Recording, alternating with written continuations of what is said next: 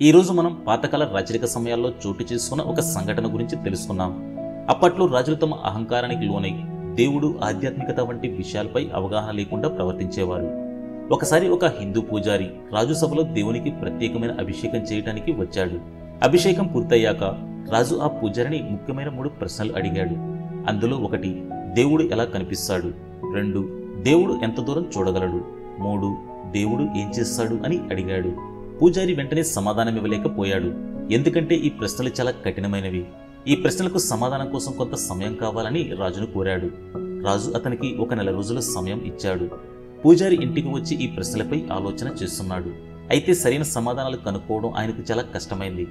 పూజారి బాధతో ఆలోచిస్తుండగా కొడుకు తన తండ్రి ఆందోళన గమనించి, నాన్న, మీకు ఏమైంది అని అడిగాడు. పూజారి రాజు అడిగిన 3 ప్రశ్నల గురించి, వాటికి సమాధానాలు ఇవ్వాల్సిన బాధ్యత గురించి వివరించాడు. ఆ సమయంలో కుమారుడు ప్రశ్నలను అడిగి తెలుసుకున్నాడు. దేవుడు ఎలా కనిపిస్తాడని, ఆయన ఎంత దూరం చూడగలడని, ఆయన ఏం చేస్తాడని. అప్పుడు కొడుకు ఈ ప్రశ్నలను సులభంగా పరిష్కరించగలనని నమ్మకం చూపించాడు. అతను తనను నమ్మి సభకు తీసుకెళ్లమని చెప్పాడు.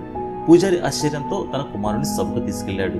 అక్కడ పూజారి తన కుమారుని రాజు సమక్షంలో ప్రవేశపెట్టాడు. రాజు పూజారిని, మీరు సమాధానాలను సిద్ధం చేసుకున్నారా అని ప్రశ్నించాడు. పూజారి వినయంగా, మహాప్రభు, నా కుమారుని తీసుకొచ్చాను. అతను చాలా తెలివైనవాడు. మీరడిగిన ప్రశ్నలకు సరైన సమాధానాలను చెప్పగలడు అని అన్నాడు. రాజు కుమారుని వైపు తిరిగి మొదటి ప్రశ్నగా, దేవుడు ఎలా కనిపిస్తాడు అని అన్నాడు. కుమారుడు చాలా తెలివైన సమాధానం ఇచ్చాడు. మహారాజా, మీరు ఒక గొప్ప రాజు. కానీ మీ సభలో ఒక అతిథి రాగా మీరు అతనికి ఎలాంటి ఆతిథ్యం ఇవ్వకుండా ప్రశ్నలు అడగడం ప్రారంభించారు. ఇది సరైన పద్ధతి కాదు అని అన్నాడు. రాజు సిగ్గుతో తలదించుకుని 1 గ్లాసు పాలను తెప్పించాలని ఆదేశించాడు. పాలు రాగానే ఆ వ్యక్తి తాగకుండా దానిలో తన వేలును కలుపుతూ ఎంతో ఆసక్తిగా చూస్తూ ఉండిపోయాడు. రాజు ఆశ్చర్యపడి, మీరేం చేస్తున్నారు అని అడిగాడు. అతను నవ్వుతూ, నేను ఈ పాలలో నెయ్యిని వెతుకుతున్నాను అని చెప్పాడు. రాజు నవ్వుతూ, అలా నెయ్యి కనిపించదు. మొదట పాలను పెరుగుగా చేయాలి. ఆ పెరుగును బాగా చిలకాలి. అప్పుడు వెన్న వస్తుంది. ఆ వెన్నను కరిగిస్తే అప్పుడు నెయ్యి బయటపడుతుంది అని అన్నాడు. అప్పుడు కొడుకు, అవును మహారాజా, అదేనండి. దేవుడు కూడా వెంటనే కనిపించడు.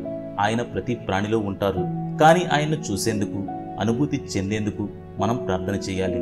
మంచి మార్గంలో నడవాలి. శ్రద్ధగా అన్వేషించాలి. అప్పుడే దేవుణ్ణి అనుభూతి చెందగలం అని సమాధానమిచ్చాడు.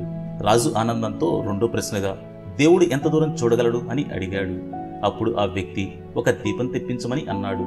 ఆ దీపం వెలిగించాక, మహారాజా, ఈ కాంతి ఎంత దూరం కనిపిస్తుంది అని అడిగాడు. ఇది అన్ని వైపులా వ్యాపిస్తుంది అని సమాధానమిచ్చాడు.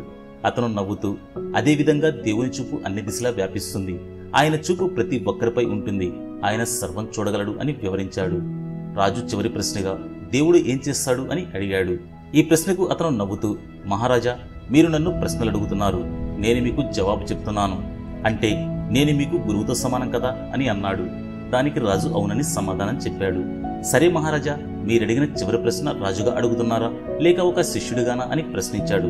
అప్పుడు రాజు వినయంగా శిష్యుడిగా అని సమాధానం ఇచ్చాడు. ఆ వ్యక్తి కొంచెం సరదాగా, ఒక శిష్యుడి సింహాసనంపై కూర్చొని గురువు కింద నిల్చోవడం అనేది విచిత్రం కాదా అని అన్నాడు.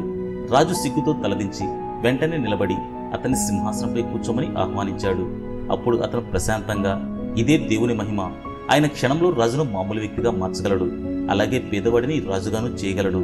మన జీవితంలో అన్ని మార్పులను ఆయన ఆధీనంలో ఉంచుతాడు. ఇవన్నీ దేవుని మహిమలు అని వివరించాడు. రాజు అతని తెలివితేటలు చూసి ఆశ్చర్యపోయాడు.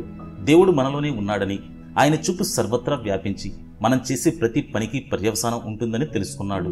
ఈ కథలోని సారాంశం ఏంటంటే, దేవుడు ప్రతి ఒక్కరిలో ఉన్నాడు. ఆయన సర్వం చూస్తాడు. మనం చేసే మంచి చెడు పనులకు తగిన ఫలితాలు అనుభవించేలా చేస్తాడు. మనం ఎవరికైనా సాయం చేసినా లేదా హాని చేసినా ఆ పనుల పర్యవసానం ఎప్పటికైనా ఉంటుంది. మీరేమంటారు?